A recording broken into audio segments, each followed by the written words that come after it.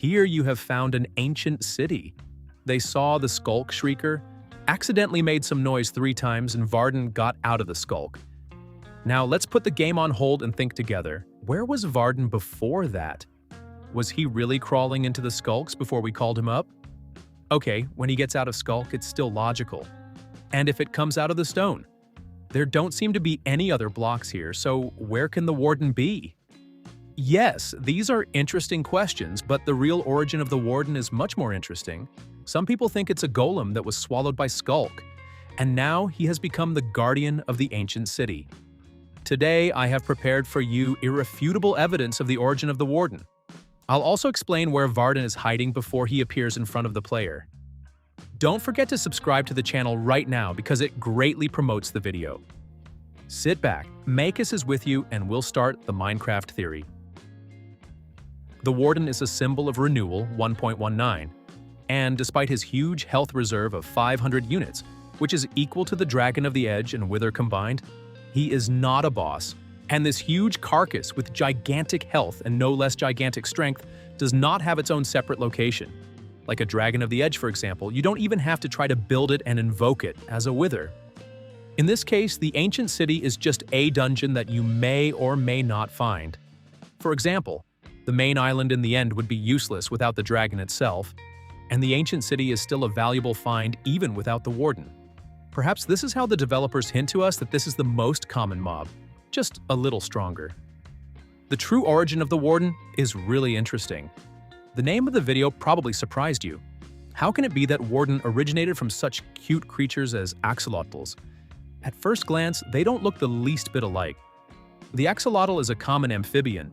He is friendly to the player, fights with hostile mobs, has good regeneration, and is able to pretend to be dead when he has little health left. However, if you delve into the anatomy of both mobs, you can find a lot of evidence that it evolved into this. Let's start small, gradually revealing the essence of the Warden. The Warden has a skeleton made up of bones, exactly the same as the skeleton of our man with minor differences. There are these ribs in front they can move apart, releasing a sound wave. And from behind, the spine stretches along the structure of the body to the very bottom of the body. In humans, the spine stretches exactly the same way and ends with the coccyx, from which the tail was previously built. But humans evolved. The tail fell off a long time ago and the coccyx remained. That's understandable. But why does the Warden have such a long spine, running all the way down his back and ending at his coccyx? This is where the first proof of our theory begins. The Warden used to have a tail with the tail running all over its body. There are few such creatures in the world of Minecraft. Or rather, only one is an axolotl. Just this one. The irrefutable fact breaks down any idea that Warden could be an artificially created golem that later became infected with sculk. Artificially created.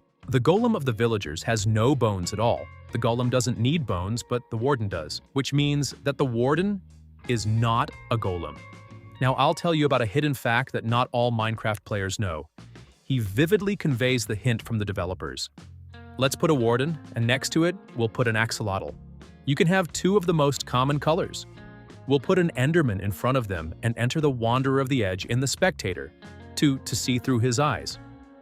As you can see, the Warden has acquired mostly light pink and blue shades, like an axolotl, but the axolotls, on the contrary, have become dark, and their gills. These horns sticking out of their heads have become olive-colored. Developers like to leave such references in Minecraft textures. Egg the Endstone is the same cobblestone, only with a negative texture. Thus, in the eyes of the Enderman, the island in the end is a huge boulder. The point is that the developers are adding axolotls along with the Warden.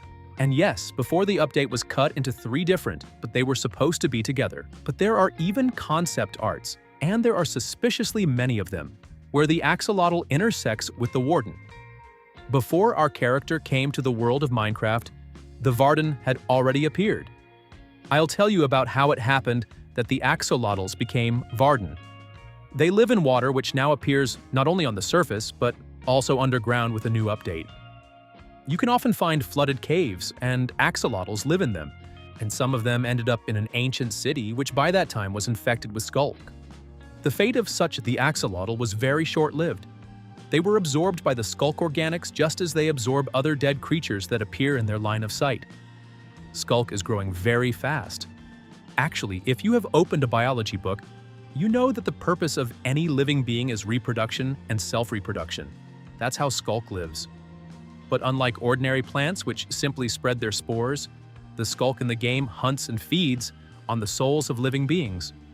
Yes, the world of Minecraft is so cruel. There's nothing you can do about it.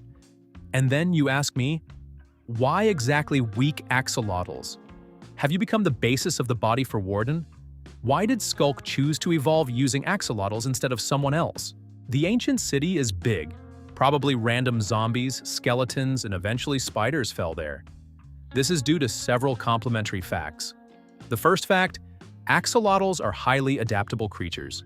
Literally, take an axolotl in real life. Take it out of the aquarium and throw it into the desert. He will immediately begin to adapt. After a while, he will drop the gills and become an ordinary lizard. This is not a joke. Axolotls can do that in real life. Therefore, in a short period of time, axolotls can become Vardens evolutionarily.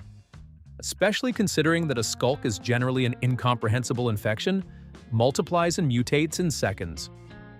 The axolotl's gills have not disappeared. There are several pairs of them, but there is only one left. It is now used as a hearing aid on land. Well, there are such moments like the bulging ribs of the axolotls, which also remained in the Warden. The second fact, axolotls could be a better option because they had body regeneration. Perhaps it was she who played a strong role in the Guardian's health. Now he has as much as 500 health. Where is Warden hiding?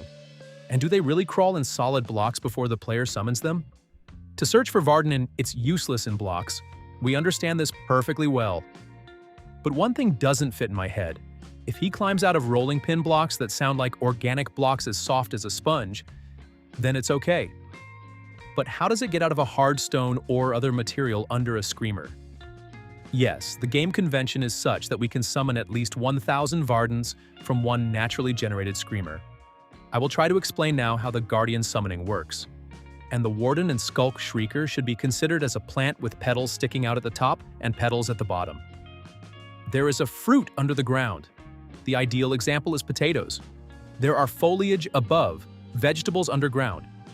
We can consider them as one plant because they are connected so strongly that Vardan literally has a Sculk Shrieker embedded in his chest, just instead of quiet waves of summoning. He punctures the ruptures. Therefore, in our case, the Sculk Shrieker is the petals, and a Warden is a vegetable. The Warden is fixed to the petals in the form of screamers and comes out if necessary. In order for it to come out, a few solid blocks are enough. And thanks to his strength, he can break through both the earth and the stone. Yes, it looks good. It's crooked, but we have what we have. That's their spawn. That's the end of the theory. Don't forget to like it, and if you have your own theory about Warden, then write them in the comments. It will be interesting for me to read. I'm saying goodbye to you. Good luck to all. Bye-bye to everyone.